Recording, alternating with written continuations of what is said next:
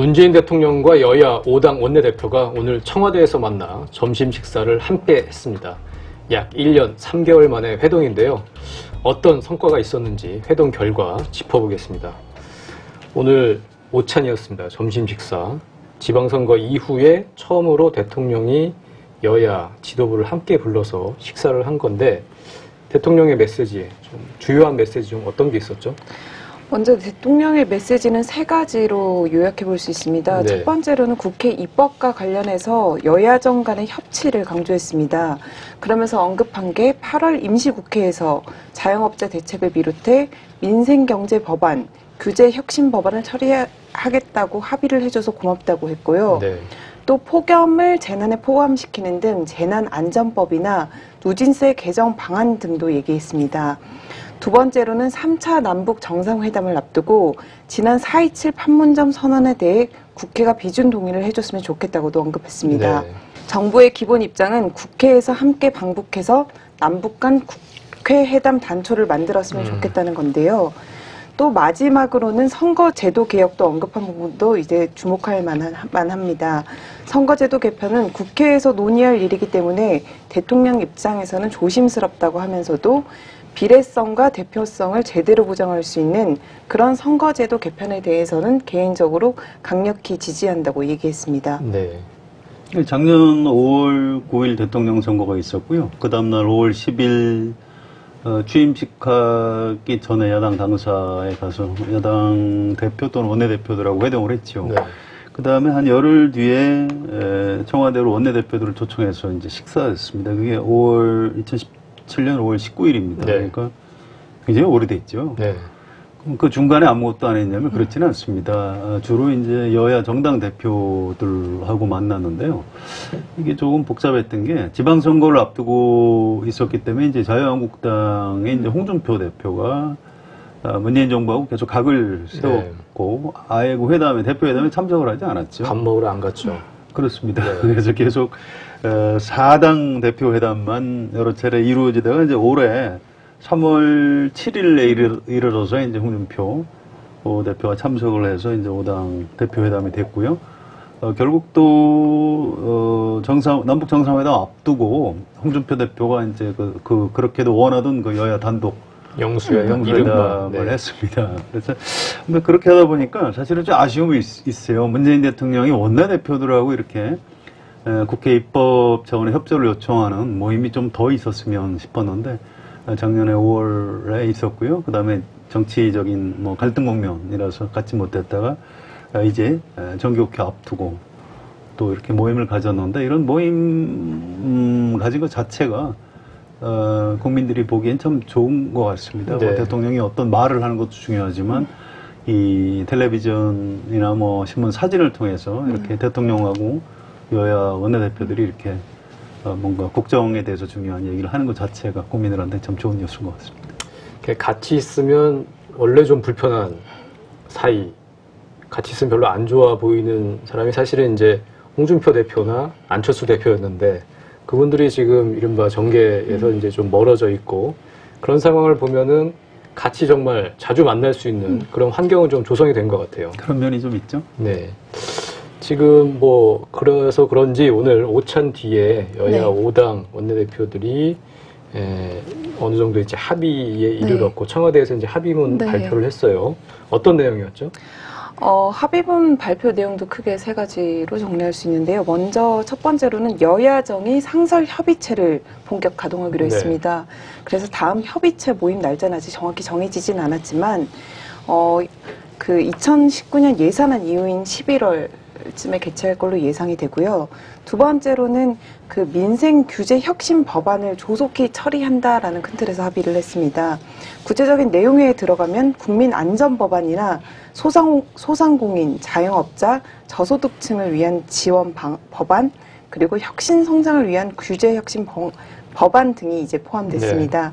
단 여기서 이제 눈여겨볼 것은 정의당은 규제 혁신 관련 법안에 대해서는 의견을 달리한다는 내용을 합의문에 명시했습니다. 그리고 마지막 세 번째로는 이제 남북 교류 협력을 위해 여야가 초당적인 협력을 한다. 또 남북 사이의 국회 정당 간 교류를 위해 적극 추진하고 정부는 이를 지원한다는 내용 역시 포함됐습니다. 네. 약간 이제 보충 설명을 드리자면 혁신 성장을 위한 규제 혁신 법안, 여기 아마 은산분리 완화하는 특별법이 들어가는 것 같고요. 개인정보보호 규제 완화, 이게 이제 합의가 될지 모르겠습니다만 그런 것들이 들어갈 것 같습니다. 지금 법안 이름까지는 박질 않았지만 그래도 어느 정도 그 범위를 좁혀서까지 합의문에 넣은 걸 보면 좀 여야 사이에 지금 대화가 깊숙하게 좀 잘 진전이 되고 있는 것 같습니다. 네, 지금 여야 3당의 정책위 의장들이 모여서 민생개혁 TF 거기서 사실은 이제 실무 협의를 지금 하고 있고요. 그래서 지금 눈여겨볼 수 있는 게 여야정 상설 협의체입니다. 이거는 문재인 대통령이 사실은 취임 직후부터 줄기차게 요구를 해왔는데 이제야 지금 실현이 되는 거예요. 이게 좀 협치에 좀 마중물이 될까요?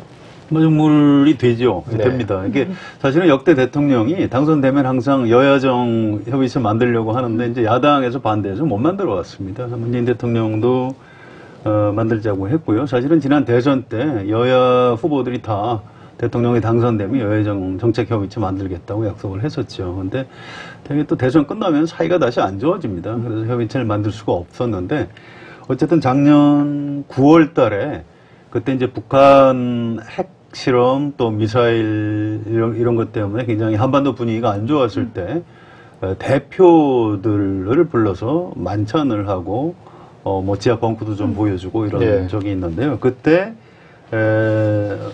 말로 구두상에 이제 합의가 좀 이루어졌었죠. 근데 그 이후에 상황이 이제 여의치 않아서 못 만들었다가 이제 이번 원내대표들을 불러서 이제 합의문에까지 넣었고 이제 이렇게 되면 약속한 대로 4분기마다 이제 열리게 됩니다. 네. 물론 내용을 어떻게 채울 수 있을지 좀 두고 봐야 되는데요. 이게 이제 이런 배경이 좀 있다고 봐야 될 겁니다. 원래 이제 연립정부나 뭐 협치내각 또 뭐 개혁입법연대 이런 아이디어들이 있었는데 문재인 대통령이 이제 그런 거에 익숙하지도 않고 지금 또 여야 간의 의견을 모으기도 어려우니까 그냥 어떤 전공법이라고 표현을 하더군요. 지방선거에서 굉장히 압승을 거뒀기 때문에 국회에서 다수 의석은 아니지만 이 분위기를 이용해서 야당을 만나서 끊임없이 이렇게 설득을 하고 협치를 요청을 하고 이렇게 하면 야당도 마냥 반대만은 할 수 없을 것이다. 이런 구상에서 여야정 협의체라는 결실을 맺도록 밀고 갔다. 이런 배경 설명 들을 좀 하고 있습니다. 네. 그런데 지금 하필 사실은 대통령 국정 지지도가 좀 떨어지고 있고요. 네. 여당 지지도도 좀 하락 추세에 있습니다. 그래서 이런 국정협의체가 이제 과연 얼마나 효과를 낼 수 있을지 이건 아직은 좀 미지수인 것 같고요. 이건 이제 관리를 좀 잘 해 나가야 되겠죠. 네. 지금 여당 지지율 떨어지는 상황인데 좀 당내 분위기는 좀 어때요? 일단 당내에서는 겉으로는 크게 뭐 신경을 쓰지 않는다는 당연히 입장을 표명하고 있지만 속내를 들여다보면 이제부터 법안을 처리해야 하는 법안이 산더미 같이 있고 아까 말씀드린 것처럼 규제혁신 법안이나 대통령이 힘을 실어줘야 되는 법안이 상당수 있는데 여기에 동력을 얻기 힘들지 않을까라는 우려 섞인 목소리도 나오고 있는 상황입니다. 네. 그래서 여야정 상설 협의체를 사실은 만든 이후에 대통령의 지지율이 높고 그러면 또 확 이제 밀어붙일 수가 있는데 지금 떨어지는 상황이라서 과연 이제 어느 정도 이제 추동력을 얻을 수 있을지 그게 이제 또 이제 궁금한 상황이기도 한데 또 하나 그 합의문 중에 판문점 선언 비준 동의 문제 이거는 대통령이 요청을 했지만 합의문엔 들어가질 못했어요. 당연히 자유한국당이 반대를 해서 그런 거라고 봐야겠죠. 사실 합의문은 오늘 자리에서 즉석에서 나온 건 아니고 당연히 사전 조율 과정이 있었는데 이 과정에서 자유한국당은 이전까지 입장을 사실 기존 입장을 되풀이했습니다.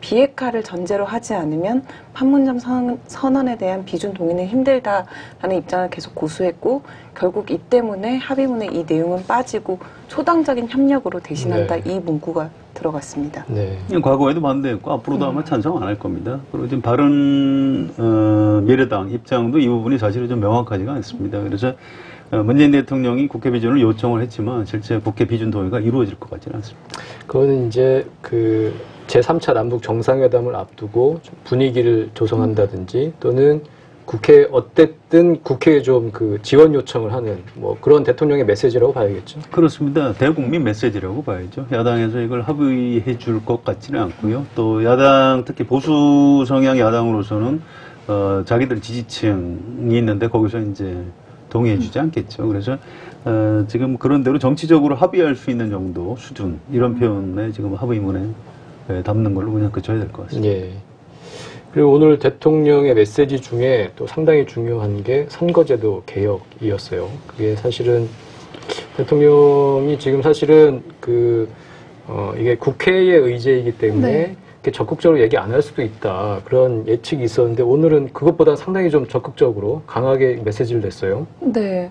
그러니까 대통령도 이제 모두 발언에서 미리 이제 전제를 했죠. 이게 대통령 결정한 사안이 아니라 국회에서 이제 합의가 이루어져 있는 사안이다라는 전제를 깔고서도 이제 본인이 이제 대선 과정이나 이 과정에서 문 대통령이 본인이 선거제도 개혁에 대해서 큰 의지를 갖고 있었다는 입장을 공약을 다 얘기를 했고. 네, 피력을 하면서 이제 저는 비례성과 대표성을 강화하는 선거제도 개편이 반드시 필요하다라는 입장을 명확히 사실 밖에서 국회에 메시지를 준 거라고 생각하고요.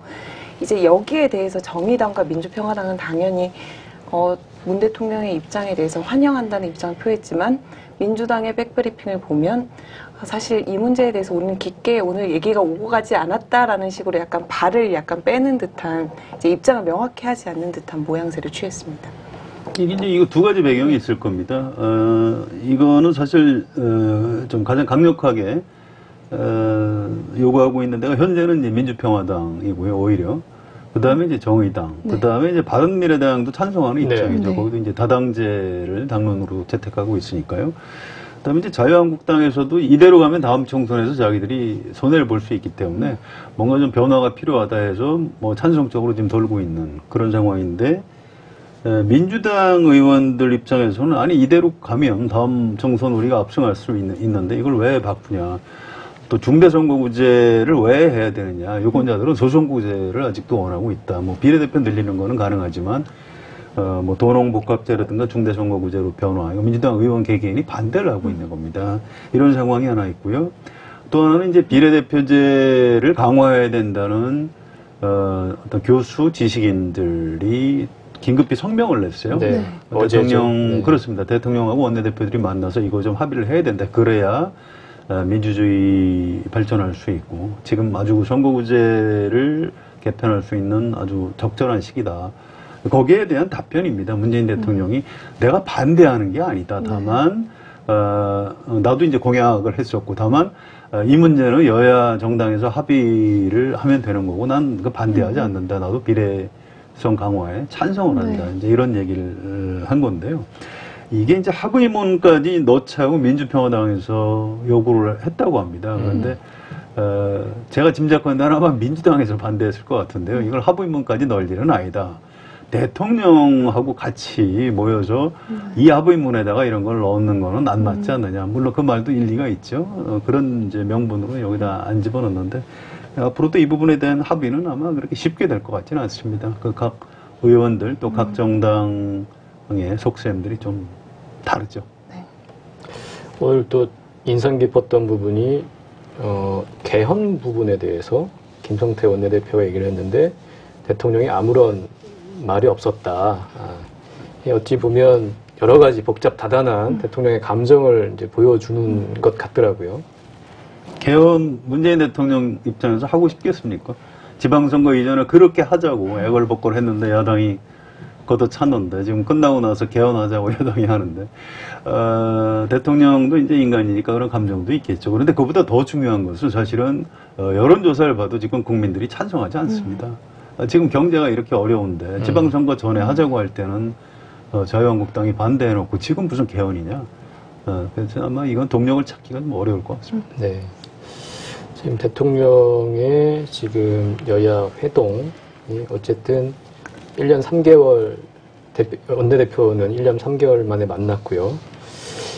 대통령의 이 밥정치 좀 그전 대통령들이랑 비교하면 이게 빈도가 좀 어떤 거죠? 네, 굉장히 많이 하는 편입니다. 사실 이제 역대 대통령들이 취임하고 나서 뭐 야당 많이 만나겠다 하고 잘 못 만나요. 왜냐하면 그게 이제 대통령이 어떤 대통령 선거 전에는 한 정당의 대선 후보지만 대통령이 되고 나면 이제 국가 원수로 이제 한 계급 승진을 하는 거죠. 그래서 야당하고 협상하고 대화하는 거는 뭐 여당 원내대표나 여당 대표가 좀 해라.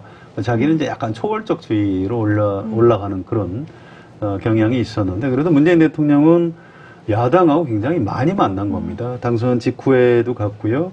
또 아까 말씀드렸듯이 열흘 뒤에 청와대로 원내대표들 불러서 식사했고요.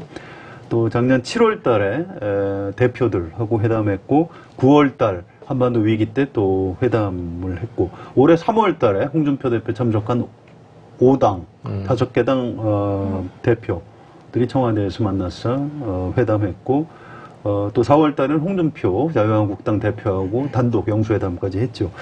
오늘 5당 원내대표들하고 청와대 회동을 했는데 9월 달에 당 대표들하고 또 하게 될 겁니다. 예. 8월 25일에 더불어민주당 대표가 새로 선출되고요.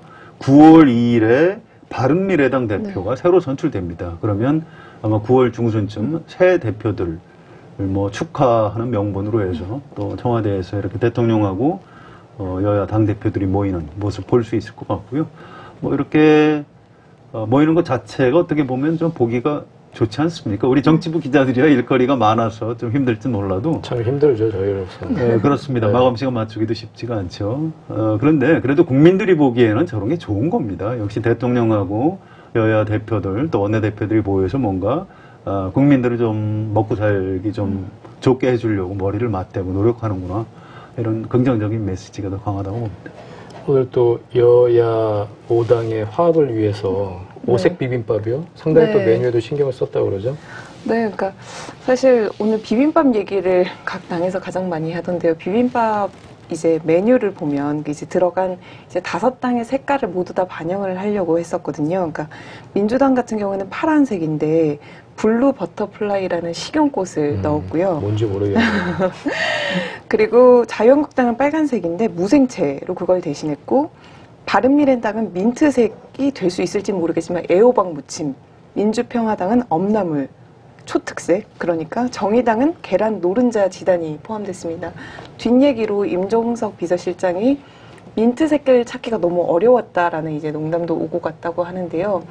이제 성한용 선배가 말씀하신 것처럼 저도 소통의 첫걸음은 꼭 반드시 그 자리에서 결과물이 나오지 않더라도 듣는 거라고 생각하거든요.